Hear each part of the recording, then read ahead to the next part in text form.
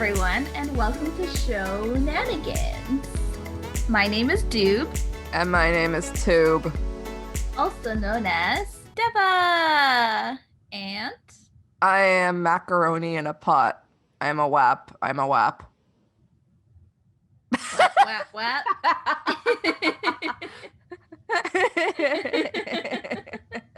I'm not actually a WAP. That'd be weird. I am macaroni in a pot, though. Considering what that stands for. I am macaroni in a pot, though. Okay. Yes. I will take that over the other one.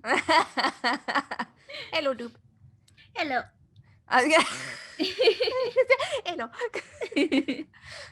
What? We are on the last episode of Castle. We're on episode 10. I mean, not the last episode of Castle, but the last episode of this season of Castle. And we're going to take a break from Castle to watch something else. I still don't know what that is yet. I think we should take a break next week and then think of something, and then we can do something the following week. Okay. Yeah. All right. Okay. But I have some ideas. Oh. Yeah. Okay. You have ideas? Do you think, Doob? I don't know. Do I think? I can't tell. I think, but I don't have any day as of yet. Okay. All right. A lazy day. You're a lazy Doob. That was too good,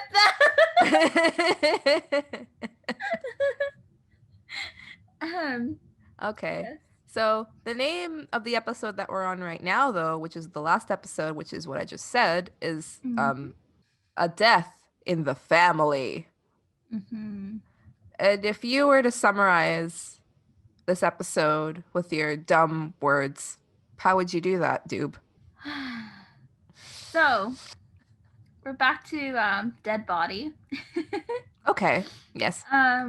It's another homicide.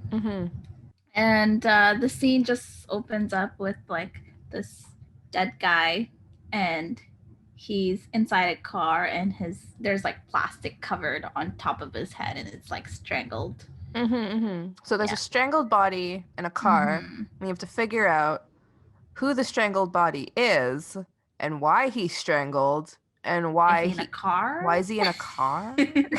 Yes, that's basically the whole episode. We did it. But yeah, there's a man, he's in a car, and the car is being towed away.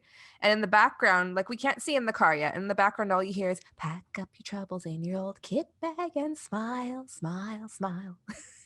Wow. And like, it sounds I'm like shook too. You're shook? I'm shook. Why? By your singing. Thank you. I sound exactly like Feist. It sounds like a Feist song. Yeah, it does. Yeah, or that other girl. What was that girl from that Godier song? The woman. Kimbra. Yeah, it sounds like Kimbra. Boom, ba-doom, bop. Boom, ba-doom, bop. Boom, ba-doom, boom, boom. I want to settle down. I want to settle down. That's it. That's the whole song. No, it's the whole song. Stop. It's the whole song, dude. Stop it. Yes. But yeah, and then as the car is being towed away, this body like slumps over, and like you said, it's covered in plastic wrap, and it looks disgusting, and I hated it. Bloody. I hated it. Yeah, it actually like made you feel uncomfortable. It was like, ooh. Yeah. I was like, no, didn't need to see that. But then we immediately cut to Castle's apartment, or as I've written here, Castle's apartment. And yeah, I saw that. And this guy enters, and it's the doctor from Star Trek Voyager. I can't remember the name of the doctor's name, but he's from Star Trek Voyager. I just know that. And he's playing a forensic pathologist here. And apparently he's the best in the city, and he's called Dr. Murray.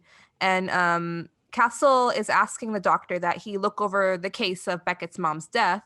The doctor's like, this case has been cold for like 10 years. Like, I don't know what you want me to do with it. Also, he says to Castle, like, you only call me if you need to know what'll happen if you put a head in a microwave. And I was like, oh my God. I thought it was kind of nice of Castle to look into Beckett's mom's case further, but I don't know how Beckett will feel about it though. Yeah, I somehow, like, when I was watching this, I had a feeling that she would not really be happy about it. Because she's Beckett. If she wanted him to look into the case, I think she would have just told him to, right? Yeah. She would have asked him to help her. But it didn't look like she was also investigating it herself either. So. Yeah. I guess he probably thinks that she's just being stubborn about it. So he's just like, well, I have money. I guess I'll just call the best medical doctor to look into this. But the doctor takes the file and he leaves. And Martha comes in and she's dressed impeccably, dude. Did you see what she was wearing? It was like a white satin blouse and pearls. Yeah. She looked amazing. And she was like, what was Dr. Death doing here? And she reminds me of Marilyn Monroe. Oh, yeah? Yeah, a little bit. The way bit. that she, like, dresses. Yeah. Very it's, like, extravagant. Kind of, like classy and kind of yeah. Did you just say sexy, but, like, very quietly? Yeah. Kind of sexy. When Doob tells you you're sexy, she tells it to you from far away. Hey, you. Yeah, you. You're very sexy. But yeah, Martha comes in and she asks Castle, what was Dr. Death doing here? Apparently she was like eavesdropping on the conversation, and she knows that, like, she already knows that Castle is trying to get the doctor to look into Beckett's mom's cold case. And she's like, I wasn't eavesdropping. I just happened to walk by the office door. Yeah, right. I live here too, you know. And Castle's like, I know. Martha is also asking him, like, have you told Beckett that you're looking into the case? And Castle's like, I'm not looking into her underwear drawer. And I'm like, why we gotta go there? Why do we have to go to that point? Yeah. She said, are you looking into her, like, private something? Like, her private life. Her private life, yeah. Yeah. And that's when he mentions underwear. Her underwear. Like, that's the only thing that's private. Like, private has to go into that. Martha is like, you're digging up her past without her permission. I think you need to tell her. And Castle's like, he's like thinking about it. He's like, and then Alexis runs in and she's like screaming. She's like, oh my God, he asked me, can I go? He asked me, can I go? Apparently, like, Owen asked her out to the prom, and, like, we remember Owen, sort of. She mentioned him once in an earlier episode. I think she went on a date with him or something. I think in the last episode? No, I think it was, like, before that, even. I remember they were fencing. Which episode were they fencing in? Oh my gosh. It feels like it just in the last episode. No, but yeah, you're right. It's like a couple of episodes before that. Yeah. But Castle's like, yeah, you can go as long as you promise to stay up past your bedtime and have a good time, but not too much of a good time. And she tells him, I've only held hands with him, Dad. And he's like, ew, too many details. And, like, Martha asks Castle, like, do you like this Owen? And he's like, I've never even met him before. And she's like, how could you let your daughter go out with somebody that you don't even know? Like, you don't even know what kind of guy he is. And Castle's just kind of standing there like, oops. I thought that Martha would be like the opposite. Like, let her have fun and da-da-da-da. But she acted the other way around. But, well, she did have her husband did steal all her money. So, Well, he's probably suspicious. A point there. Yeah, I'm very pointy. Are you? Yes. Oh. My head is shaped like a triangle. Oh, I've never noticed. Then Castle is walking through the crime scene with Kate, Esposito, and Kevin. Castle asks Beckett to run a background check on Owen, and he says that he has the characteristics of a serial killer.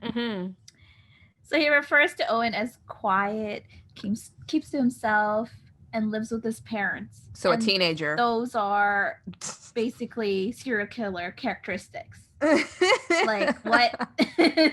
Anybody who lives with their parents is a serial killer. They are not a millennial. I guess I was once a serial killer. I guess we were all once serial killers too. Especially you, though.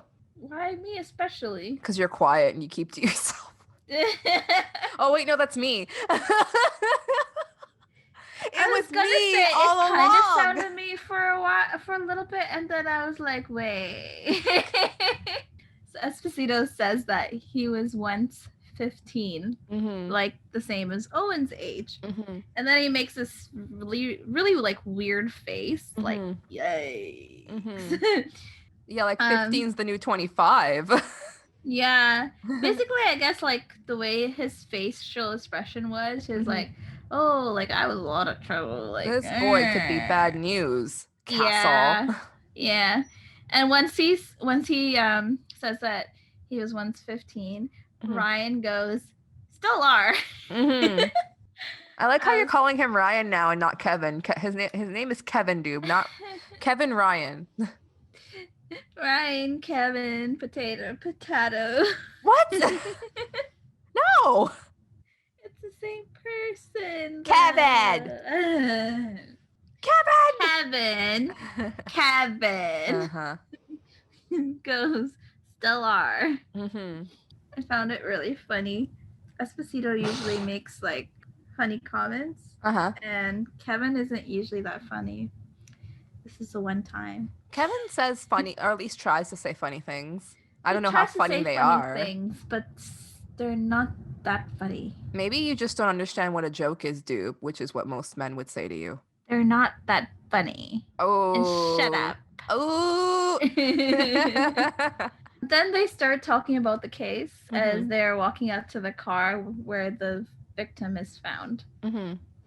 And they say that the attendant went over to look for the VIN number, but found the body inside instead. So basically, like, the car was just standing there for a while, like for a long time, and collecting parking tickets. Yeah. So they ended up like going to tow the car, and they found the body inside. So that's how he was found. So then they ID the victim as Dr. Joshua Leeds, who is 47 years old, and with his business card, they find out that he's also a plastic surgeon. They rule out like the robbery because Joshua still had like hundreds of dollars in his wallet as well, so it couldn't have been a robbery. Then Castle goes, duct tape and plastic bag. Not an efficient way to kill someone. That's true.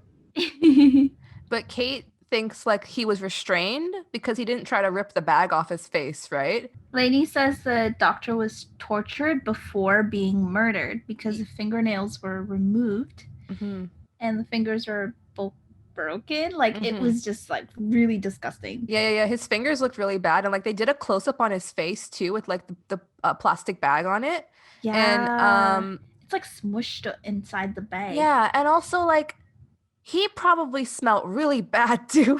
Like, oh gosh. Like I don't want to like this is disgusting, but like he probably did because like he was stuck in a hot car with like tickets piling up for like a long time with a plastic bag stuck over his face. Like they did a really good job of making him look gross, but he would look more gross, I'm pretty sure. Yeah. When they first showed the body in the beginning, I was already disgusted. And then they went over in this scene again. Like we saw the face again, and then they zoomed in on the fingernails, and I'm just like, oh gosh. I was at work when I watched this, and I was like eating, and I was like, oh boy. Right after that, Castle and Kate go to the precinct, and they decide to question the doctor's fiance. Her name is Courtney Morantz. And Kate's questioning her, and the fiance says that she knew that there was something wrong when the doctor didn't come home. She says that they were like engaged for a year, and she doesn't know why he would be dead. She just assumes that he was robbed. But Kate's like, no, he wasn't robbed. Like, he definitely wasn't robbed. He was like suffocated to death. And so she asks the fiance, like, was he involved in anything that would put him in contact with any criminals? Because that's what it looks like, right? If it wasn't a robbery, it looks like it was like some sort of like a hit or something. And the fiance says no, and that he didn't seem worried about anything, and that on that day they were gonna go like do a cake testing. And when she describes it, she sounds so sad. She's like, we were gonna meet that day. We were gonna go taste cakes for the wedding. Yeah, it's really sad. She says that she called his cell on that day and he didn't pick up, so she called his office and they said that he had left. But Mm-hmm. the problem is that his body was found on 133rd Street, which is far north from where he should be. His office is in Midtown.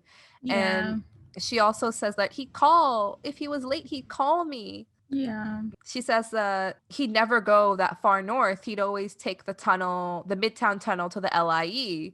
So, Mm-hmm. like, if he was going to be late, he'd call. He'd always call. He'd always let me know. Poor Boo. Mm. Kevin, Esposito, Castle, and Kate are at the murder board, and they're discussing about the doctor. They say that the doctor's fiance's alibi checks out because she was at the cake shop. And then Castle mentions a theory about how the victim has secrets his fiance would not know about, and how he gets involved in a black market organ trade. And I was like, where'd he pull this out of? what? Yeah. He's like thinking that he's living like a secret second life and like he's using his surgeon skills to harvest organs and like sell them. And I'm like, where did you get this from, Castle? Mm-hmm. Like, really, Castle? Okay. And then Beckett is smarter than him, and she tells him to facts to replace his theories, and especially as wild as this one, with facts, like actual facts. Kate wants to establish a timeline of like that day for the doctor. So she asks Esposito to check when the car was first ticketed, and then she asks him to go down to the car park. And while he does that, she and Castle are going to go to the doctor's office. So Castle and Beckett are walking in the precinct, and Castle asks Beckett's permission to ask a question. And we all know what that question is. Wah, wah, wah. We knew it was coming. That's the we knew what was coming sound. So then Castle asks whether she would reopen her mother's case. She like turns around. She's like, what? Yeah, she's like immediately like, what? She says that if he even like touches her case, their relationship is basically over. I thought she was gonna say, if you touch my mom, the case is over. And I was like, I thought she was gonna, like, not if you touch my mom's case, but if you touch my mom. And I was like, I mean, that works too. Knowing Castle. Oh gosh. So then Castle, being Castle, the curious George he is, he asks her why. Like, why don't you want to investigate more? Aren't you curious? Aren't you, don't you want to investigate further? And he's like, I have resources. I can help you. Yeah. And I believe him. Like, I'm sure he does. It's just like, I think it's just out of her, like, comfort at that time. Then she continues to say that her looking into the case is very emotional for her. And she compares it to the feeling of a like recovering alcoholic with alcohol, which I thought was like really interesting. I thought she was talking about her dad at first, but then I realized, oh, she's talking about herself.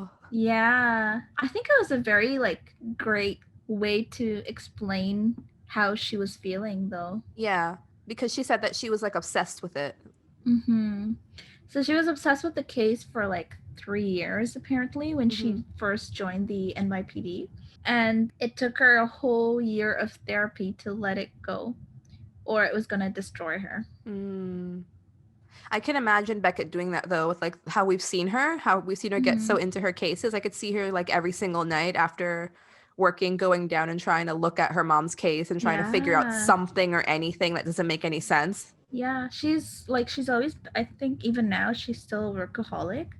But because at that time, because it was her mom and she had a huge like emotional tie to it, she probably had a really rough time. And she probably spent like so much, like she probably didn't even have a life because she was looking into the case. She doesn't have a life now.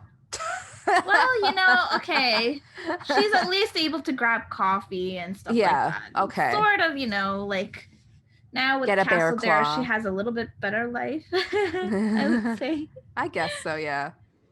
But yeah, like I always thought Beckett would have gone through a lot of trauma, and I also wondered how she had like dealt with it or overcome all of these emotions, because I don't think I'll be able to handle that kind of like huge responsibility and like trauma. Like if that kind of thing happened to me, I honestly don't know what I would do.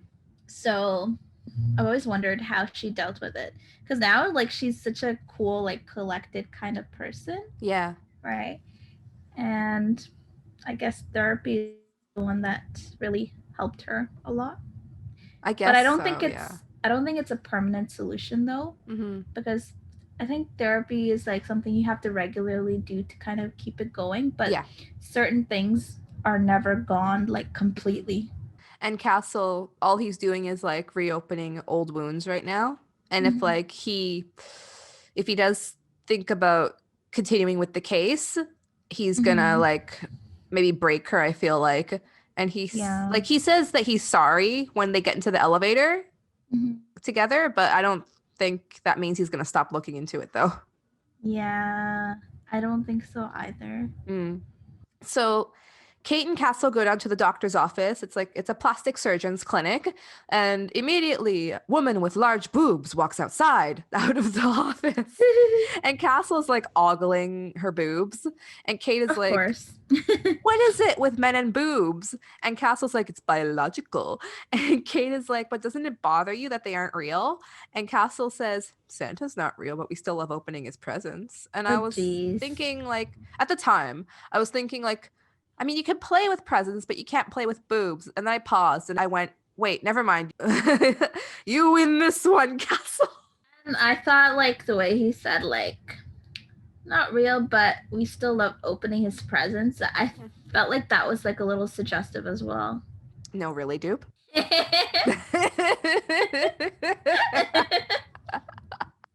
Yes, really, too. Boob. Explaining obvious innuendo since 1992. You're welcome. So they go in and they question the doctor's colleagues. There's 2 female nurses, one blonde and one brunette, and one male nurse. I think the male nurse's name is Mario, and the brunette nurse's name is like Maggie. And the blonde nurse has some sort of name, but I don't remember because they don't even really say them right now. Because obviously they want to confuse me, so I'm not gonna think about it too much. But the blonde nurse is saying that it wasn't like for the doctor to disappear, and that he didn't really seem agitated on that day except for like thinking about the wedding and stuff, right? And she says that they last saw him on Tuesday at around 5 because that's when he left to meet his fiancée. And the brunette nurse, Maggie, says that she called him around 6 and he seemed fine. He was just in traffic at the tunnel. And Kate looks at Castle and she says that the doctor had already left Manhattan then. And Castle is questioning why he would be coming back to Manhattan if he had just left. Yeah. And so Kate asks if the doctor has any enemies or any patients that he operated on that had any complications with any of the procedures. And the blonde nurse is like very adamant. She's like, he never had any complications at all. And the male nurse, Mario, he says that plastic surgery is a tricky area because you're dealing with people's self-image. So even if the surgery is a success, for some people, it's not enough to please them. And the blonde nurse kind of realizes who he's talking about. And she says, okay, there is one patient that did threaten him. And her name was JC Goldberg. And she said that JC was the doctor's patient until a few months ago. And she had like 3 previous facelifts. So the doctor refused to perform another one. So she sued him, but it was thrown out of court. And then she started threatening him. And then they show Castle and Kate the file. And Castle's reaction when he sees this woman's face, he's like, oh my gosh. Is it Castle or Kate? Like, it was Castle, and Kate's just kind of staring at it like it's an interesting diagram of a plane. But her face also changes, and she's like, oh, okay. Yeah. What were you gonna say? I was gonna say I've seen a lot of like, I don't know, like it's not that I have anything like against like people with like facelifts or something. Yeah. But sometimes it's like so much. Yeah. And you can't like help but not stare. Uh-huh. Yeah. I don't know. Some people, they're not happy with themselves no matter what. So they have to keep getting more facelifts. At that point, it's more of a mental illness maybe, or it's more of like an issue that you need to correct in therapy. Yeah. Yeah, I've seen a lot of people with a lot of facelifts, like when I was working at Starbucks especially. And I can't like help but like do a double take on it. Like so I really feel them like, oh, okay. Like Yeah. like even if you don't mean to, it actually like it's like a human like impulse kind of thing that happens, and you're just like, oh hi. Like, hello there. Oh, okay. Your lips are very prominent today. How are they? Like you feel like you're talking to their lips and not them at that point. This woman though, we don't see the picture at first. It's only like in the next scene we see it, and she looks like Mick Jagger. Yeah. Oh dear. So in the next scene, basically, they're back at the murder board with Castle, Kate, the lieutenant, and the Kevin. And the Esposito. Kevin and Esposito. All of them are there. And the lieutenant says, after looking at the face, he goes, she should be in jail for violating the laws of nature. I screamed when I saw her face. I was like, ah! Yeah, then they show the photo and I'm like, oh my gosh, she looks like a villain from like a really old horror movie or something. She could have been like Cesar Romero's The Joker. But whoever did her makeup, they did like an amazing job, because like you said that the actress doesn't look like that at all. Yeah, the actress, like I saw her face in like when I was watching it on Amazon or on Prime Video. Not sponsored. I saw her, not sponsored. I saw her face on the corner, and then I googled her and I found her page on the IMDb website as well. On the Facebook. And she looks really pretty. Like she has like really she has defined jawline. Oh, like but she has like a dimple, and her face is so clear and not facelifted. Like she looks really pretty. So honestly. Marry her. If you are said actress. I do. Just I do. I do. I do. And I do tube. That's it. That's the whole podcast. We're done now. No. Keep going. So Esposito and Kevin say that she had an obsession for plastic surgery. And so she was denied the procedure after the third time. Not the first, not the second, but the third time with Dr. Leeds. So he ended up testifying to send her into a psychiatric health facility. Okay. Where she was being treated. So basically this woman, like she's already gone under the knife like 3 times for facelifts. And she wants to go again. You think after the third time, the body parts would just fall off? Like they'd just be like, I'm done. Yeah. I don't want to be here anymore. Yeah. Also, like I have a huge thing with like needles and like even with my wisdom teeth, like I was like, like it was like.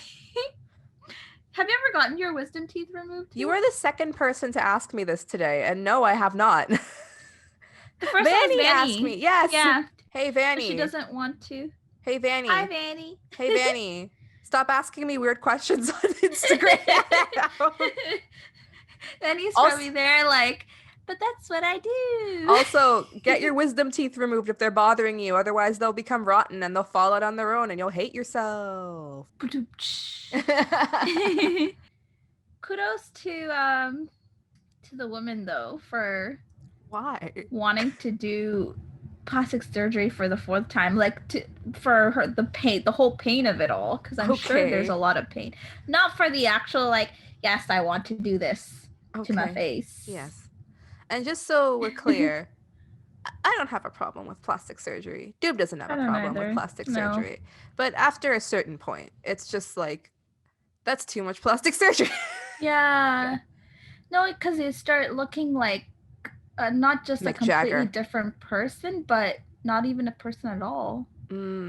Like the uncanny valley. I don't know what that is. Okay. I don't know what to say to you, Doob. Okay. Yeah, so in the next scene, we're brought to the questioning room, and JC is there first. You've written JC Goldberg, the woman with many plastic surgeries. Yes. You've just labeled her that. So, JC Goldberg, the woman with many plastic surgeries. The woman with many plastic surgeries is sitting inside the questioning room with her lawyer, applying lipstick. The way she was applying it, though, she was like I don't even think she was pouting. I think that was just the way her lip stick out. Yeah, I don't think she needs to pout at this point, or she has any control of pouting. It's just like it's just a pout all the time. It makes me so uncomfortable. Everyone is like making fun of her, though. I feel kind of bad for her that they're making fun of her. Because she can't see them from the outside, but they can see her, right? Because it's the mirror, like on the two-way other mirror side kind of thing. Yeah.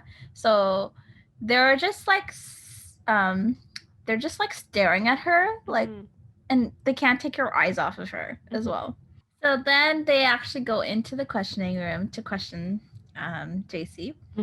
And Beckett introduces herself as a detective, and she introduces Castle as the consultant. Ooh. And I was like, oh wow, major upgrade from oh, this is just someone who's with me. Yeah, this is just some guy. His name is Richard Castle. He's with me. That's all. Yeah. No introduction required. But like Castle looks genuinely scared of JC. He's like the whole interview, he's just staring at her with his mouth open. He was even examining her boobs. I don't know what he was thinking, but he was not looking at them in the same way he was ogling that woman's boobs from earlier. He was like in genuine like fear. He was like looking at her more of like an artifact. An artifact. Yeah. What is this? Like, okay. Do I clean it off with a brush? Do I sell it to a museum? Oh my gosh. Do I display it for future? Interesting. Do I display it for future generations to admire? Oh, no, I'm scared of it. I think it's cursed. Yes, it's a cursed artifact. Now we're making fun of her. Oh no. Oh no. Oh no. Keep going. JC says that she needed the surgery. Medically. Oh. And I honestly have a hard time believing that. Excuse me, I need this facelift for medical reasons. And the medical reason is that I am ugly. The thing is, like, when she explained the procedures that were done, like the different types of the faces that she had, like the Botox and different things, like, they can't all be for medical reasons. If it's just like one thing over and over, I mean, still hard to believe, but okay. Yeah. But this is for like different things, and she was so like into it, and she was like, yeah, I need it for medical reasons. Yeah. For the 4th time, really? Okay. And Castle asks her, like, if you needed the surgery so badly, then why didn't you see another lips or doctor?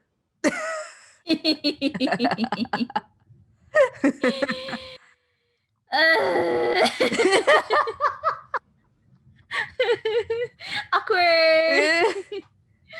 But yeah, she claimed that she only wanted the best, which was Dr. Leeds for the surgery. Which is why she sued him for malpractice when he wouldn't do the surgery on her. I know, right? He was the best, but I'm going to sue you because you're not going to do this for me. When they mentioned the actual like murder of it. Yeah. Like that he was actually murdered and she has the motive and stuff like that. Mm-hmm. She says that she wanted to ruin him, not kill him. Mm-hmm. And she just denies it all, basically. Mm-hmm. So then right after that, Kate is back at the murder board with the sergeant and Castle. And she walks over and she tells the sergeant, so apparently JC was in the hospital on Tuesday getting something done. And the sergeant is like, what's left on her to get done? And, you know, she was getting her lips done. Her lips. Below. Lips. Mm-hmm. I get it. Good job. Jeez. So the sergeant is like, what can you even do to those? And Kate's like, apparently a lot of things. I don't even know. Make them smaller, make them bigger, cut them off. I don't know. Let's not go into much detail. No, please. Yeah, I feel kind of bad for that lady. Imagine having to change your look so much to the point that you needed to change every single thing, including your. I've written here Verguba. Your Verguba. Oh my. So, it makes it sound a little cute. But it's not. It's not. But anyhow, the Sarge mentions that the doctor had a reputation of turning people away. So maybe there was somebody else out there he pissed off. Kate says that Kevin and Ryan are looking into that. They're looking into like his files at the office, right? But she also says that the CSU from the car came back and it's clean. So Kate suspects that it can't be like the run of the mill revenge murder because it was done too clean. Like it couldn't have just been like a housewife who wanted revenge. It had to be a professional. Yeah. Also, the doctor was like tortured. It just doesn't fit like trophy. She calls JC a trophy wife. It doesn't fit a trophy wife's revenge motive. That's the name of one of Rihanna's makeup thing. I think. Oh yeah. Do you know any of Rihanna's makeup? No. Line? What? So Rihanna, she has like her original products. There was this one, and it was like a highlighter. And it was like this like extremely like golden yellow highlighter. Yeah. And it was just like, boom. Okay. And I actually low key wanted it. But it was called Trophy Wife. The more you know. Oh. I'm really glad you told me about that. I will use that information never. Rihanna. The sergeant says that the killer broke the surgeon's most important tools, his fingers on his hands, right? So they were probably trying to send a message. And we jump from extreme sadness and wackiness to Alexis going dress shopping with Castle and Martha. Oh my gosh. So I don't know. It kind of relates to the whole plastic surgery thing. Like Alexis is trying on dresses for prom and Castle is like, oh, you look beautiful. You look amazing. And he's not wrong. She does look amazing, but Alexis doesn't think she looks that great. And then she thinks her skin looks pasty. And Castle's trying to comfort her and tell her she's, you're perfect. You're my daughter. And then Martha comes in and is like, you look hideous. But I had a question for you, Doob. What did you wear to prom? So I wear this like dress as well, and it was like it was a really nice colored dress. I think I still have it. It was like a violet kind of dress, and it was almost like a satin texture inside, and then it had like a veil of almost a little see-through veil kind of thing on top. Scandalous. I know. And it was like those like spaghetti strap dresses. Okay. So yeah, and then on the straps it had little butterflies, and it was really cute. Very 2006 or whatever this was. It was very cute.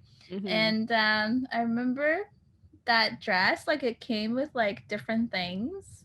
Like it was, you could wear the dress or you could wear like a skirt that was like the similar material with this top as well. Ooh. And the top was like a corset, but I was like, this is prom, not like, I don't know what else it could be. But it wasn't really like that age appropriate. Oh, okay. I was like, no, I'm not gonna Honestly, wear I don't this think to. anybody else at that dance was wearing anything age appropriate either. So, I mean, I didn't go, but like, Well, maybe I just didn't feel like it. I didn't want to be like that. okay. So I wore like a nice dress instead. That was nice. Castle he's like concerned that Martha's going to give Alexis body image issues. But Martha explains, it's already too late. Alexis already has them. And she says, every woman in the world has some part of her body that she hates. Her hands are too small. Her feet are too big. Her hair is too straight, too curly. Her ears stick out. Oh God, her butt's too flat. She says, and nothing you can say will change the way we feel. What men don't understand is that the right clothes and the right makeup can hide the flaws we think we have, and that helps us feel beautiful for ourselves and for others. What do you think of that, Doob? I think she's very true. Like, it's very real. Yeah, I think that what she said was I related to that. I was like, yeah, I definitely feel not good all the time.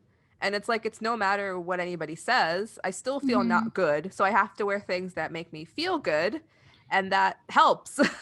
Honestly, okay, it's not just your mindset. Like, if you just tell yourself, like, oh, like if you have all the confidence in the world and you tell yourself you're dressed really nicely or whatever it is, right? Like, you got this, whatever. Give yourself a little pep talk. I don't think it's enough. I think you also have to like have this kind of satisfaction for yourself as well. So like dressing up and looking good actually also makes you feel good as well. Some people say like, I can just not care what I wear. Like at some point, I guess you get to a point where you just don't care anymore. Maybe at some point that will happen to me. Not sure when, but it will happen at some point. So then Alexis walks out in a stunning light blue number, and it does look really good on her. But my only problem with it is that it's strapless. Yeah. That would be my deal breaker because you'd have to keep pulling it up all night. Yeah, but I also find like depending on how I mean, this is a little I'm talking because I do know for a fact that certain like if you wear Where's this like going? if you have smaller boobs. Oh, is that all? If you have smaller boobs, it's a little bit easier because your like bralette or like the one that you have underneath, it holds it up more because there is not much to hold that. But with like yours and mine, it's like, Why are you talking about our boobs? I'm not leaving this part in. Take it out, Trisha. Take it out. Not your boobs, the part. Take out your boobs. Castle says that he like looks at her and he's like, that is the dress. And then she's like, yay! Or something, and she picks it. Kevin and Esposito go through Dr. Leeds' desk and his office itself as well. And they're going through his stuff, and Esposito says that he found Dr. Leeds' weakness. Yeah. Wait for it. Energy bars! Ooh, what a bad man. In that case, yeah, my weakness is maybe bubble tea. Okay. What about you, Tube? Pizza. But it would also be bubble tea also. Some brown sugar bubble tea from the alley, not sponsored. That's some really good bubble tea, though. That's some expensive but good bubble tea. $6 for heaven. When they're going through the files, the rest of the files, not just the energy bar, Dr. Leeds' life seems like seemingly perfect because they don't really see anything. Like they mentioned they don't even see porn on his desk. Of course Esposito would go to that. Then they find with his wedding files, they see a file with a patient whose name is like blacked out. So they see like pages and pages of like these reports on this patient, but just the name is all blacked out. So don't you think that's suspicious? No. But then Kevin and Esposito, they go and they question the blonde nurse. Apparently, she's like the doctor's primary nurse. And on that date that's listed on the blacked out files, the doctor was supposed to be attending a panel at a hospital. But according to the files, it looks like he was doing some sort of operation on a patient. And the nurse says that she can't tell who the operation was on based on the files, but she says it was a male and they were 55 years old. And she's really confused and frustrated because she says the doctor would never operate without me. So that is also suspicious. So then Kevin and Esposito, they go back to the precinct and they explain to Kate and Castle what they learned from the office. So apparently the doctor, like we just said, had a secret operation at the hospital. And the hospital said that the surgery took like 9 hours, which is a very long time. And his assistants weren't even from the hospital. Dr. Leeds brought them in from somewhere else, but it wasn't his regular crew. And Kate says, the hospital should have a record of the surgery. And that's when Kevin conveniently walks in. He's like, hey. And he's like, they say that like the record of the surgery isn't on file at the hospital. So it was a mystery surgery. Castle asks Kevin, who gave you that information? Kevin says, I got it from patient information. But Castle's like, rookie mistake. You're looking in the wrong spot. You should be looking in billing because somebody would have had to pay for that operation, which is true because it was 9 hours long. And this is America where we pay for our 9 hour long surgeries. Kate finishes up a phone call with billing and she tells Castle that the hospital bills were paid in full by wire transfer. So she asks Esposito to find out more on the account number. And then they have this like really weird conversation with Kevin about prom night. Like this creepy music starts playing in the background. And all Kate does is ask Castle, has Alexis found her dress yet? He's like, yeah. And then he starts going on about how he's going to torture her date the same way he was tortured when picking up his date for prom. And Kevin's like, yeah, it's a time-honored tradition. And this is such a weird conversation. Apparently, like this is like a thing that happens, that dads like to intimidate their daughters' dates by checking their wallets for condoms or showing them their gun collection. I was like, okay. And like he's like way too excited to do this. Castle is. He's like, I'm gonna do something to him that's befitting of the name Castle. And I was like, so murder him? What are you gonna do? But then immediately Esposito gets off the phone and he interrupts the extremely weird conversation that says that the account money was wired from the U.S. Attorney's Office. And I don't know, I thought it was like way too fast to find out like where the account number came from. How many, like you would think that there would have been lots of hoops for him to jump through, lots of hoopla for him to jump through to find that out. So for wire payments, they get to the other side in a matter of like a day. Okay. Sometimes less than a day, sometimes a little bit more than a day, but like pretty much a day. So it just goes through the wire department and then it hits the bank account. So it's like very fast process to begin with. Okay. So I think getting the information itself was like probably even faster considering they're police and they're looking for the information. I trust it's tied you, to a murder. And then Castle's like, oh, well, if it's the U.S. Attorney's Office, I guess we could rule out boob job. Can we, though? Can we rule out some random attorney getting a boob job? No. Well, Kate thinks, unlike Castle, Kate thinks like it's somebody probably most likely in witness protection trying to change their identity, because it's a plastic surgeon's office, right? And so that would be the only reason you would think that the director of justice would be paying for plastic surgery.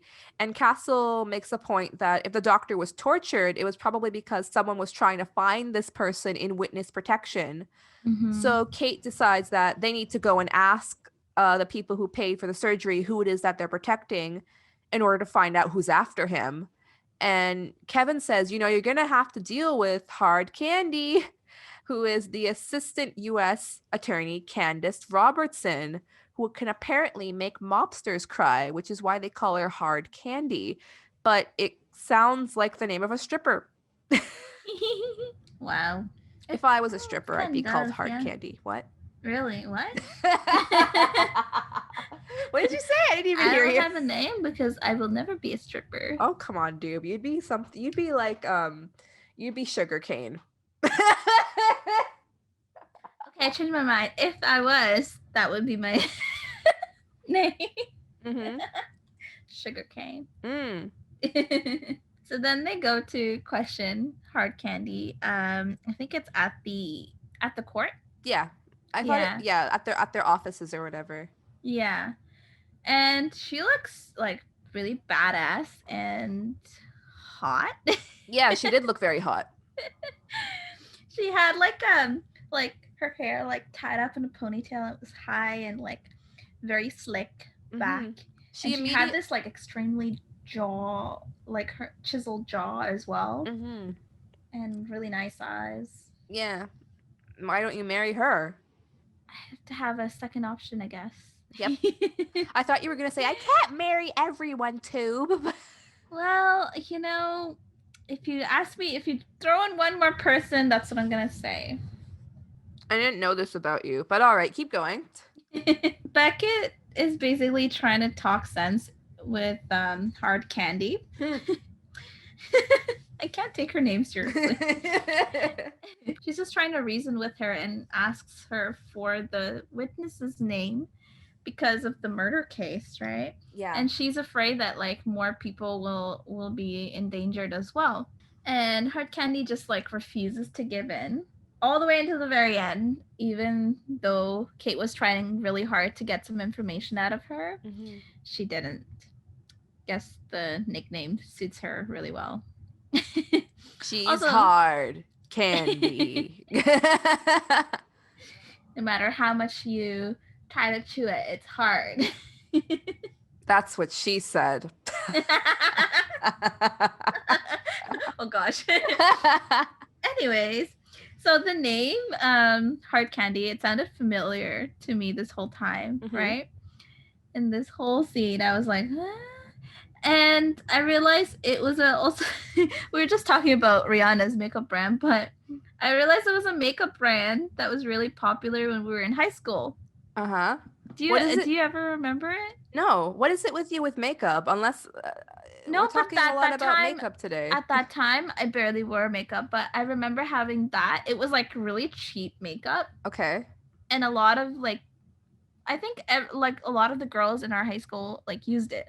But it was just like something, I don't know, a nostalgic thing. Yeah. That came in my mind. I was like, Hard Candy. Hard Candy! Oh my gosh. Because I haven't used that in like a jillion years. But it was like really like I remember using the eyeshadow specifically. And it was just like a pot of sparkles that you would put on your eyes. And that was my first makeup, I think. You're not going to say the tagline for it? Oh, you want me to say the tagline? So on their website for Hard Candy, it says, for eyes, serious sparkle, fatten your flutter, flaunt, flare, be fun. Hard Candy.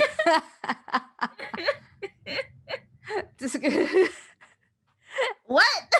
I don't know. Can I be in charge of the marketing now? Fatten your flutter. Hey, 15-year-olds, come to Claire's and fatten your flutter with some Hard Candy. Oh my god. What kind of tagline is that, honestly? I don't know. I should fatten my flutter. Ooh. Flaunt my flair and be fun. Oh boy. Castle goes to question his mob friend. Yeah. About who the witness is. Yeah. Castle, like Kate's feeling like, oh my god, we're never going to figure out who this is because I can't get any information out of Hard Candy. But Castle suggests, since we're dealing with the other side, why don't we ask the other side? And apparently he like knows somebody who works in the mob. Like he talked to them to like help out with his book once. And Kate's like, oh my god, Castle, what are you going to do? Jump in a car and drive to the Bada Bing? But then he's like, no, I know somebody who owes me a favor. And he like actually goes down. And he goes like, he's actually pretty nice. And I was like, I have my doubts. Yeah. Like, he's a criminal. Like, okay. Yeah. Then Castle arrives at a restaurant. And he sees the guy, or who you think is the guy. And right after he, like, fixes his eyes on him, he's immediately attacked by another guy. The criminal, his name is Sal Tenor. It's the same guy that he was looking at. Yeah. He says to kill him. Mm-hmm. With this like serious look on his face, and then he like, laughs. Wait, Sal, no. and then Sal laughs, and he says he's just messing with him. Yeah. And he says this after the guy's like dragging away to his death, basically. Oh my God, Castle almost died. I think he peed himself a little bit then. Yeah, his face when he was like, kill him, and he's like being dragged away. He was like, his face just went down. He was like, oh no. You could like actually put that background sound in from TikTok. No. No.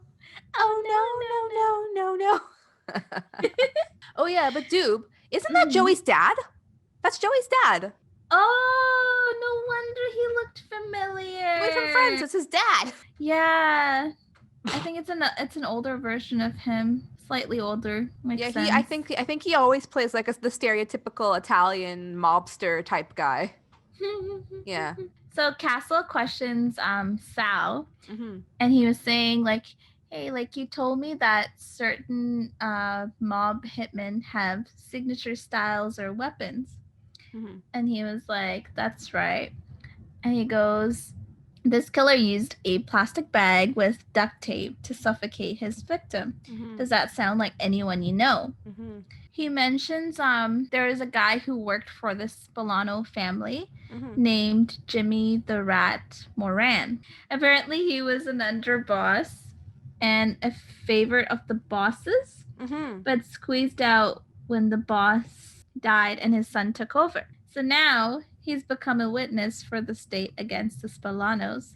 So they're scared he's got all the proof against him and the family could be taken down. Yeah, he switched sides to like be against them after he got like squeezed out from the family, like you said. So then Castle immediately goes back to the precinct. Esposito and Kevin and everybody, they're all looking over photos of Jimmy the Rat Moran. He's been linked to gambling and like loan sharking and extortion schemes. Kate wants to look up the known associates of the Spolano family. Kevin and Esposito are skeptical about whether they can or not because it's a professional hit and these people aren't like related to the victim. So it'll be hard for them to find who the hit person is because they were hired by the Spolanos.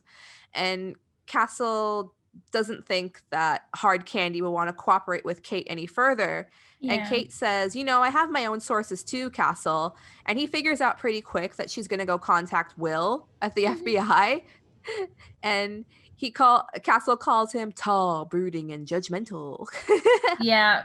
And Kate asks Castle, like, is that a problem? And he says, no, it's not. But Will isn't trying to get with me. He's trying to get with you. And Kate just has this look on her face like, oh, yeah. Kate goes down to see Will, and it's like a really short scene. She gives him donuts. Oh my gosh. And she gives him donuts. If you wanted to get some information out of me, donuts are a pretty good start, I think. Will says, oh, wow, sprinkles. Am I really that predictable? And then he offers her a bite, and she's like, thanks, but I don't eat sprinkles anymore. And I'm like, is that a metaphor? Does that mean you won't date him? Are the sprinkles Will? Will you not date sprinkles anymore? But like, Will already knows why Kate is there. She's there to ask him to bend the rules for her because, he knows her all too well. And she's like, fine, I'm here to ask about Jimmy Moran. And Will says that she can't give her that info because he doesn't work in that division. But Kate knows that he's fibbing and he can like easily get the info. And then finally he's like, why should I help you? And I'm like, I don't know, Will, because you like her? Come on. And Kate says that the Spolanos know that Jimmy is cooperating with the government, and that put Dr. Leeds in trouble, and that's what got him killed. So it's kind of the FBI's fault that this happened in the first place. Yeah. So since they made that doctor change Jimmy's face, and now Jimmy is in trouble, so she needs them to do it for the sake of that dead doctor. Yeah, she basically pulled like the guilt card. You did this. It's your fault. Yeah. Now you help us. Also, I give you donut. Sprinkles. So then we get to the most important scene in this whole episode. Yes, the most important one ever. You see Castle. Basically, he's getting ready to scare Alexis's date. He's dressed up as Dr. Death, like Martha said at the beginning. And he has the severed head in his hand. Oh my god. It's like the world's most fake-looking severed head. It has like this big look on its face like, I've been cut off. And then I think Alexis walks by and she was just like, No. Put it away, Dad. And he's like, oh, but my severed head. And Martha's like, put it away. You see Alexis and you finally see Owen, actually. And he's kind of cute. Like, he looks like a nice guy. Yeah. He's nerdy. I think the nerdy helps him look like a nice guy. Okay. And then Castle starts videotaping. He's trying to like embarrass everybody. And Alexis is just like, oh gosh, why?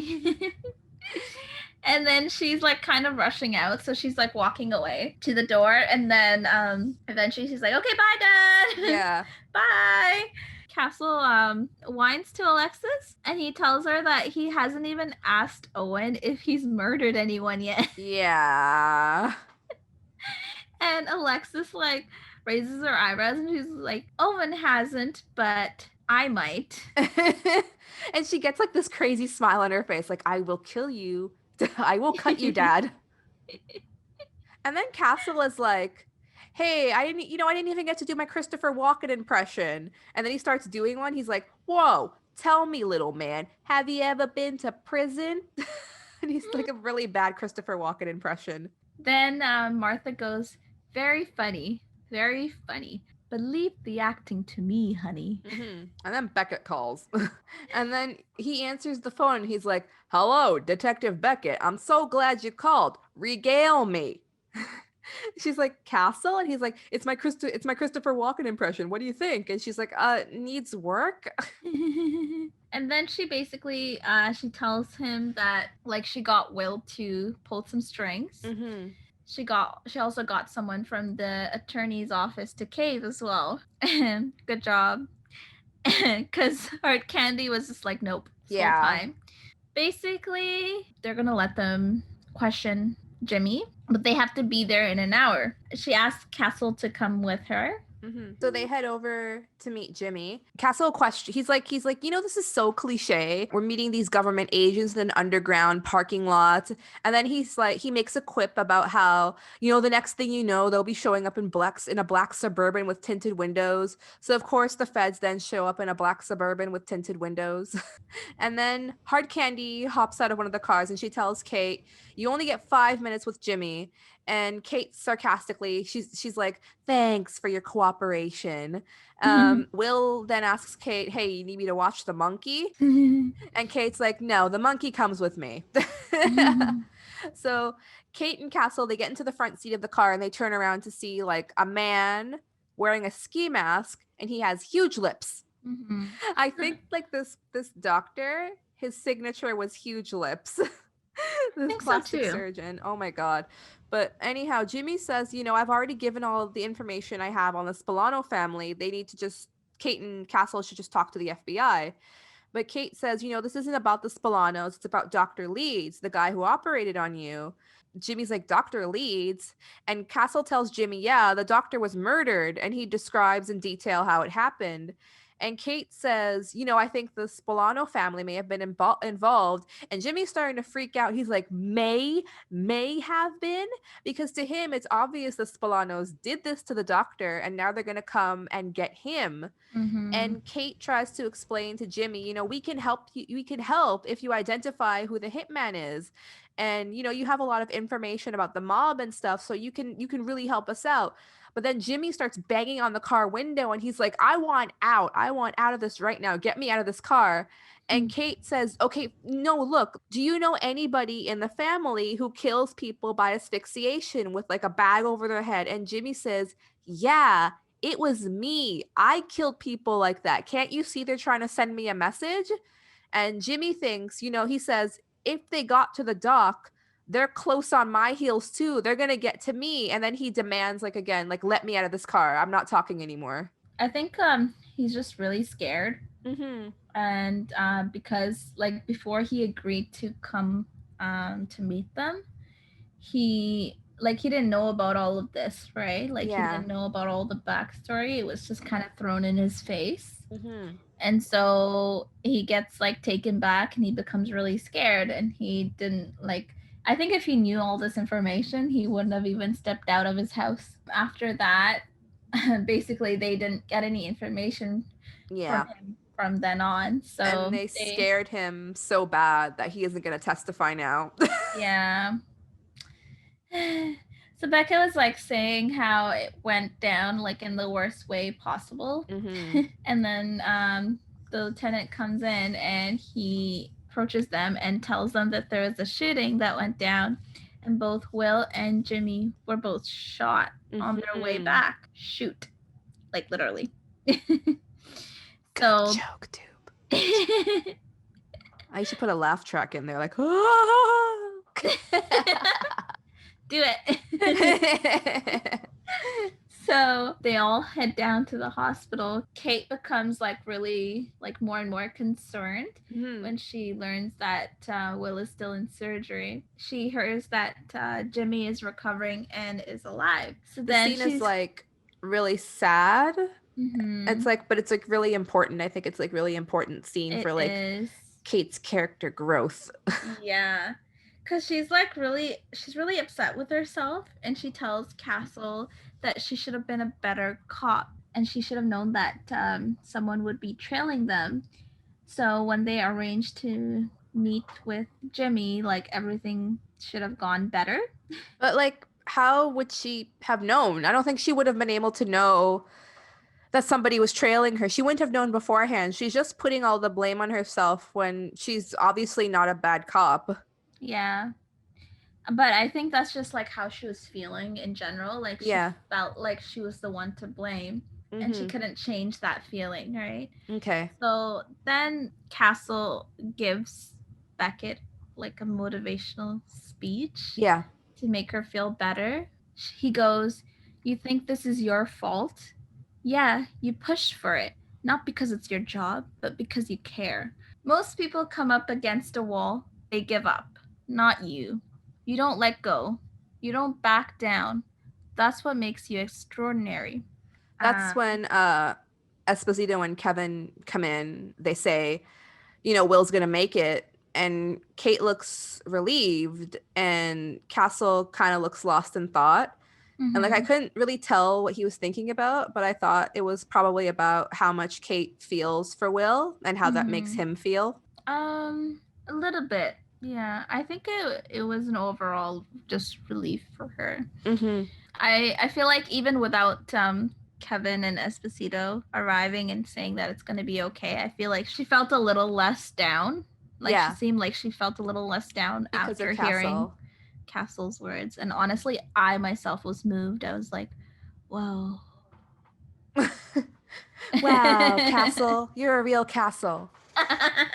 No, he's a very good, he's a really good writer. He has a way with words. So he knew the exact way he had to say the things to her to make her feel better. Mm-hmm. And it really helped her. He wasn't lying. Yeah. I could like sense that like he also cared for her a lot. Yeah. During this scene, and it came out through like his words. Mm-hmm. But yeah, he's right, because Beckett is a really strong person, and it seems like she can get through anything because of her not giving up and her strong personality in general. Mm-hmm. So at this point, we're halfway through. Well, we're more than halfway through, but I think we kind of have enough info. We've been introduced to like all of the people who are in the thing so far, who are in the case so far. So like we could try to make a safe guess as to who the killer is. So at this point, I thought it was the blonde nurse. I don't know why. I felt like since she was close to the doctor, she's the best hitman. What do you think? I thought it was one of the nurses, but I wasn't sure who it could have been. Because I didn't think it was the blonde one though, because she, like, the way that she was acting when they showed her the file of the patient whose name was scratched off. Yeah. Like she had no idea. Like I just thought she was really good at acting. Well, yeah. I don't know, but yeah, I definitely thought it was one of the nurses, but I couldn't really say who it was. So this scene is really weird. Like Castle is immediately back at his apartment waiting for Alexis to come back from prom. But like I know that he leaves to go meet Kate so that way they can go meet Jimmy the Rat, right? But then they go to the hospital. And then like all this crap happens. They go to the hospital and everything. What time did Castle get back home, and how long did Alexis stay out for prom? What the hell? Generally, like prom is like it takes a long time and it's very late at night. Fine, Doob. It does. Okay, but look, to me it seems like she came back at 4 a.m. at that point after everything that happened there. Well, you know what? Maybe she did more than just go to prom. Maybe she got a burger. Yeah. That's totally what she did. Okay. 1 a.m. burger. I've done that. But anyhow, Owen gives Alexis a kiss, and Castle doesn't look because that'd be weird. And she's like really happy. She tells Castle she had fun at the dance and that she really likes Owen. And then Castle starts to get all weepy and nostalgic, and he's like, soon I won't have to wait up for you anymore. Then you're gonna go to college, you're gonna get married, you're gonna have kids. And it's all sweet and sentimental, but then he like ruins it, and he's like, and then we'll only get to see each other on holidays until some gold digger steals all my money and I have to come live with you. Oh my gosh. I could definitely see that happening to him. She stole all my money. Go live with Alexis now. Da, da, da, da, da, da. I'm sorry. Time to go to Alexis' house. Immediately, like from that very sweet scene, we're immediately back at the hospital with Kate, and she's watching Will on his hospital bed. He's on a ventilator. Kate gets this kind of weird knowing look on her face while she's watching Will, as if she's kind of realized something. And she immediately heads down to the precinct. And we see Esposito and Kevin, they're watching Kate. She's at the murder board. Castle comes in. They tell him like they've been double checking everybody who they've encountered on the case so far because Kate told them to. Esposito says like, Kate's been there since 4 a.m. I'm like, when does she sleep?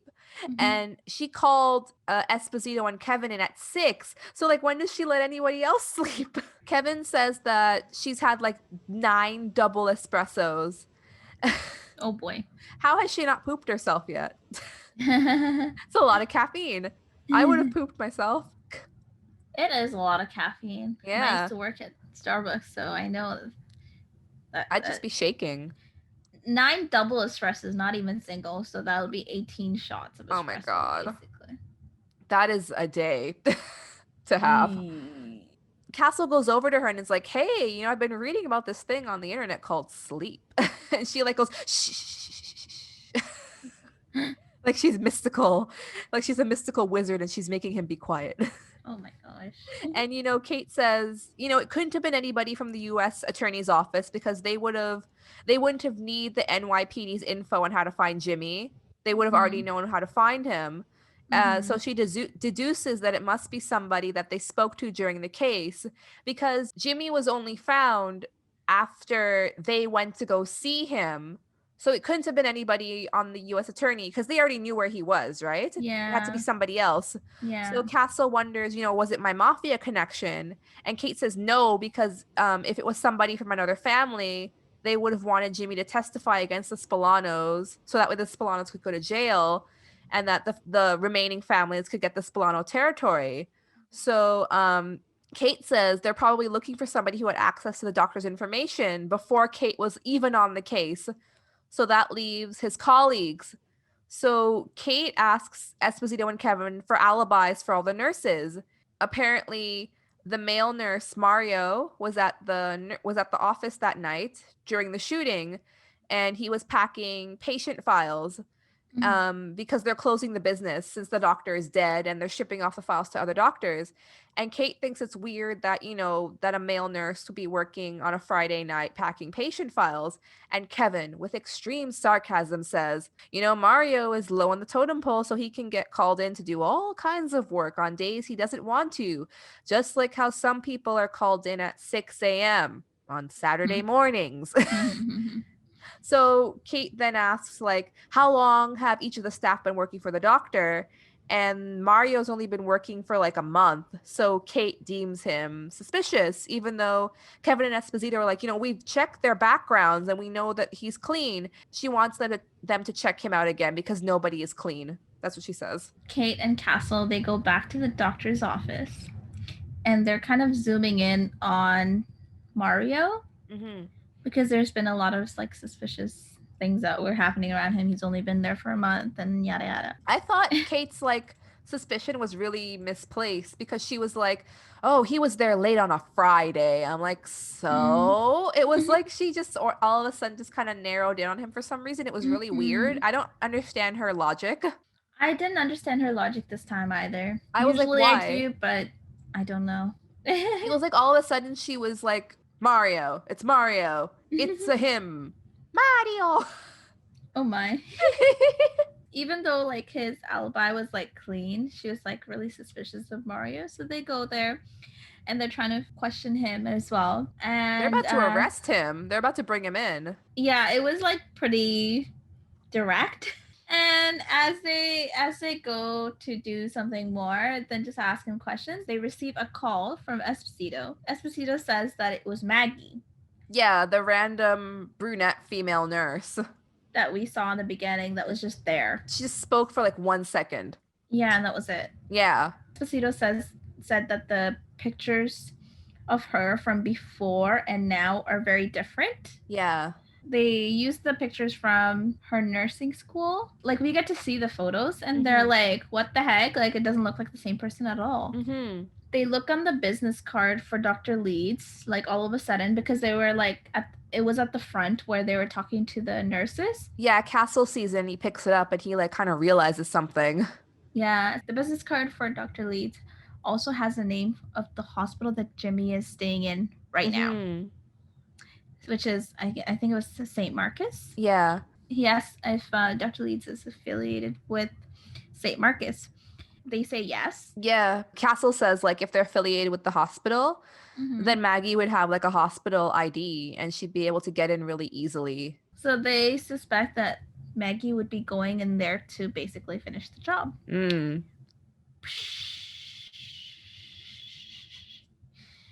So... What was that? Scene, I don't know. The script says boom. The note says boom shakalaka, dude, not psh. Well, I said psh because you can't see me, but I'm doing this when your head is gonna explode with all this information. You're like, dude, it's a podcast. Nobody can see you. You can't just make noises and expect people to understand them. The next scene is basically when Maggie goes in for the kill. All of a sudden, she was just this random nurse in the background, and all of a sudden she's this evil mastermind. Evil. She's all evil. Yeah. And she goes over to the security guards who are outside Jimmy's room to protect him, and they ask her who she is, and she's all evil smile, evil. Oh my god. It was so, I don't know, it was so weird. It was all of a sudden she was this cartoon villain. She was Doofenshmirtz. Yeah. Yeah. So then she shows her ID and they're all clear and they let her in. When she goes in and she says to Jimmy, because Jimmy just what's going on here? He was he's just lying there in his like in his hospital gown and everything, and he just like, what? Okay. And she comes in and she delivers her like evil speech. Yeah. And she goes, I gotta say, Jimmy, you're a hard man to find. Took me weeks to even find out that you changed your face. And then she grabs like a syringe. Uh-huh. And she injects like this chemical inside it. She says it's what they use in lethal injections. It's not as much fun as a plastic bag, but it does the trick. Oh, and I got a message from Junior, Jimmy. He says, go to hell. Then she like turns around to leave and she opens the door and Kate's on the other side. She's like, hi. Why do evil people always have to stop and like have a monologue? She could have just put the thing in and then left. Yeah. She had to make this whole like event out of it. Jimmy Hello, says, I am go to evil. hell. I have to do the speech here. Hello, it is I, Miss Evil. Here is my evil. I am evil. Have some evil. Go to hell. Once Kate says hi, yeah, Maggie is all like, well, it's all over anyways, because she thinks like it's too late. It's too late because I already injected him anyways, and it's a lethal poison, sodium. Yep. So yes, that's the medical term. Yes, sodium. At that time, like Castle acts so like I like how Castle acted because he was all like, oh god. Oh my gosh. And he goes over to check on Dr. Leeds and he finds that the medical unit is not connected to Jimmy. Yeah. And then he like acts like a big goof and he's like, "Oh, it's like we knew you were coming." Bravo, Castle. So classic. So they've got the killer. And like Kate's back at the precinct and she's talking with the Sarge. A sergeant says to Kate, I guess, you know, like now that Kate's caught Maggie, all's well with the NYPD and the feds because the FBI were like, they were really angry with her for like scaring off their witness, for scaring off Jimmy. Yeah. And now also Maggie wants to turn into a snitch too. And she wants to sing against the Spolanos along with Jimmy. Apparently she was with the family for like 5 years and her name is like Carla Dente, but they called her Carla Coldblood. She does not look like a Carla Coldblood. She looks like some lady who lives down the street from you. I swear to God. Sorry, Luna's food is dispensing. Oh. Luna, it's time for food. Anyhow, like the real Maggie Dowd, apparently she wasn't killed or anything, but she like works for a hospital elsewhere. And Carla applied for the job with Dr. Leeds because she thought she could find a photograph of Jimmy post-surgery, but she couldn't, so she went after Leeds and like tortured him. So, and then Kate, like she does this really nice thing. She admits to like the sergeant, you know, I really couldn't have done it without Castle this time. I thought that was sweet. Yeah, I don't think she could have either. She might have given up without his pep talk. And also without his connections to the mob. I mean, that's a huge one. So then right after that, Dr. Death is back at Castle's apartment, also known as Dr. Murray. And he's the forensic pathologist from the start of this episode. And he's going over Kate's mom's file with Castle. And he mentions to him that all the stab wounds on Kate's mom's body appear to be random, except for one. And that was a deliberate stab to her kidney. And you could tell it was deliberate because it was like twisted. The knife was twisted, right? Yeah. And that was the fatal blow. And all of the other random stab wounds around her were just for show. So the doctor had a weird feeling and he checked the city's medical examiner's file from that time. And he found 3 other stabbings around that time that were similar, where the medical examiner dismissed them as being random, just random acts of violence. And the doctor reveals to Castle that he thinks that all these cases are related. And then Castle looks dramatically out a window into a rainy eve. And Martha comes over and is like, you know, you have to tell her, don't you? And like she convinces him that he needs to tell Kate what he's found out. I don't know if I could tell Kate. I don't know if I could tell her. I would feel bad because she just explained to me that she was basically like an addict trying to find out what happened to her mom. Mm-hmm. I would actually,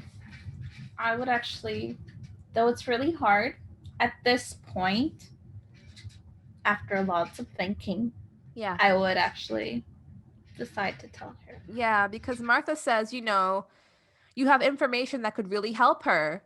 Like, this is actual concrete stuff. But I think, like, it would really send her down another, like, rabbit hole. I don't know how I would feel about telling her.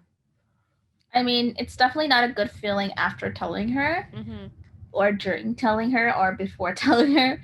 But I feel like it's something that he has to do. Would have had to be done. Yeah. Yeah, he should have, like, if he didn't want to tell her, he shouldn't have been looking in the first place. Yeah, exactly.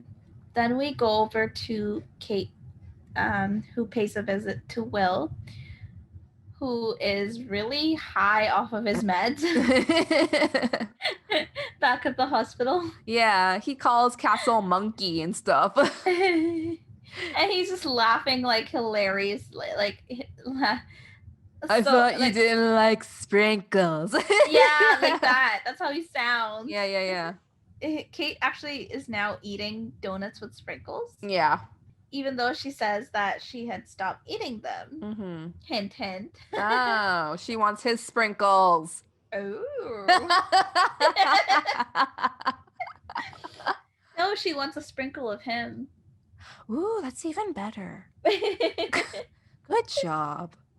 The writer of this episode definitely, like, figuratively connected her relationship with Will and her relationship with Sprinkle Donuts. They did a very, I don't know how I feel about that. I don't know. I think it's creative. You think that's creative writing?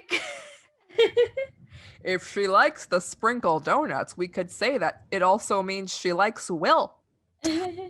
Because he's giving her the sprinkle donuts. Oh.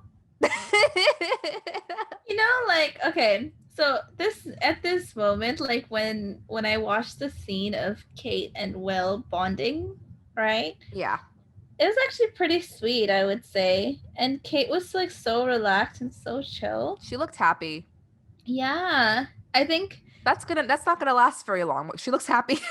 She looks really happy, and I think more so than any of the other episodes that I've seen so far. Yeah. Even with the ones with Castle.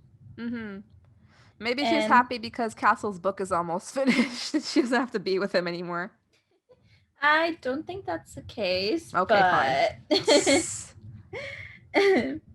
But yeah, like, you remember before, like, when Will was first introduced? Yeah. So in the last episode, when we were talking about Will and Will's relationship to Kate, I was like, they had no connection. And I still think they had no connection in that episode. But in this part, I was like, whoa, they were like actually growing on me. Yeah. They actually seem like they had chemistry now. Yeah. I guess because Kate kind of relaxed a bit more now around him. So there's this like really nice like bonding scene with the both of them. Yeah. And Castle interrupts and he asks Kate to have a talk with him. And again, we know what it's about. And like Will's like, it's the writer monkey. What's he still doing here? Watch it, Kate. He likes you. Oh my gosh. Oh yeah. Kate is still like in her la-di-da mood. Yeah. And she asks Castle, like, why are you being so serious? And stuff like that. Because I think this part was a little tense for us to watch. Yeah. Because Kate is finally like super, super relaxed and like her usual self.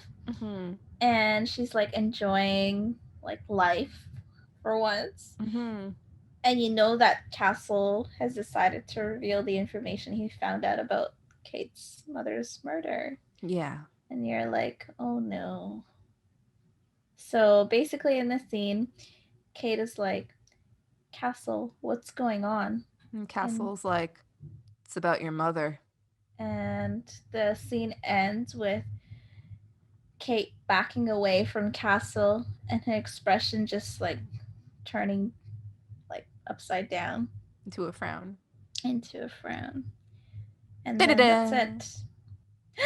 Or as you've written, Hapoo. yeah, you've written hapoo here. Deep, intense breathing. Yeah, that's the end of season 1. Oh boy. We got through season 1, Doob. How does it feel? How do you feel? Are you a new person? Hallelujah. Oh. Hallelujah. Hallelujah. Okay. Hallelujah.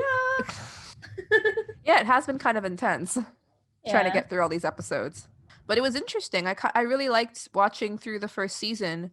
Honestly, like even though I've watched these series like so many times, I didn't remember a lot of it. Mm-hmm.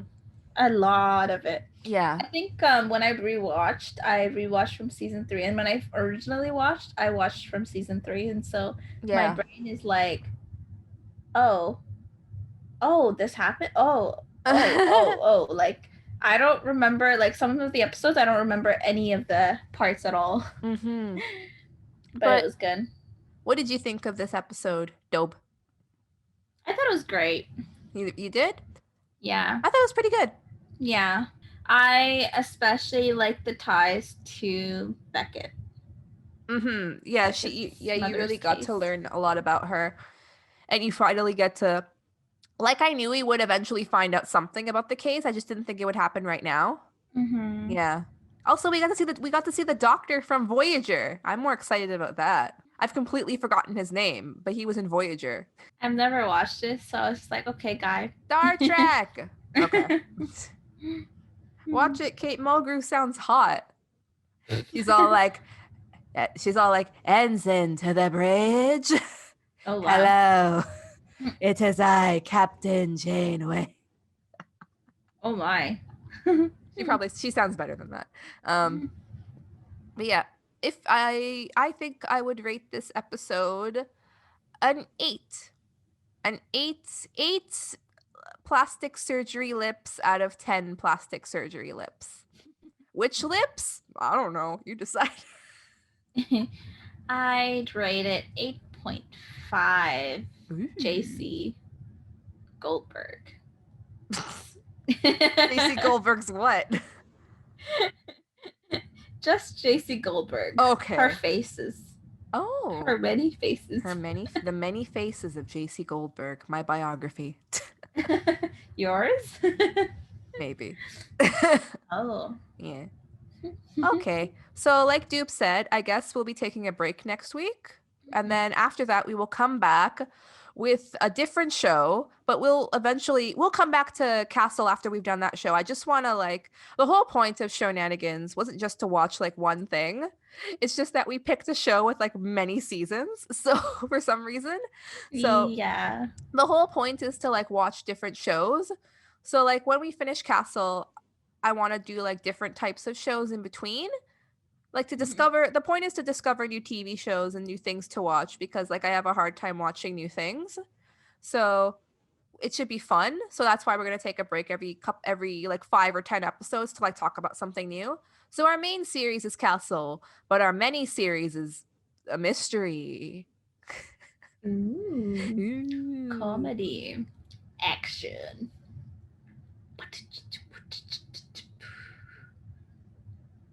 You always leave me speechless, Dupe. I have a charm. What can you say? When I look at you, I always go speechless. It must be because I think you're so dumb. Shut up. And here I was singing that song from Aladdin. Aladdin?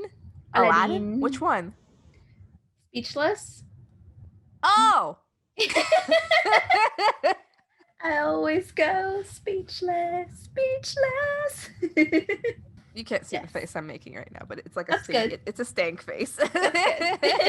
I'm glad. So, Doob, do you have any ASMR for us before we leave? ASMR. ASMR me, Doob. Let me see. Okay, it'll just be one moment. Okay. Was that it? Yeah. Oh, really giving me that I'm in an office point of view. Yeah, that's how I sounded all day. Yeah. I I like how you're deleting it from the thing, even though it doesn't matter. Oh, yeah, that's true. This is stupid. Okay, let's go then, because you're obviously extremely dumb. Tired, yes. Goodbye, everybody. See you in a week. Bye. See you in another episode Of a thing. Something new, exciting. Dun dun dun. Bye. Bye bye.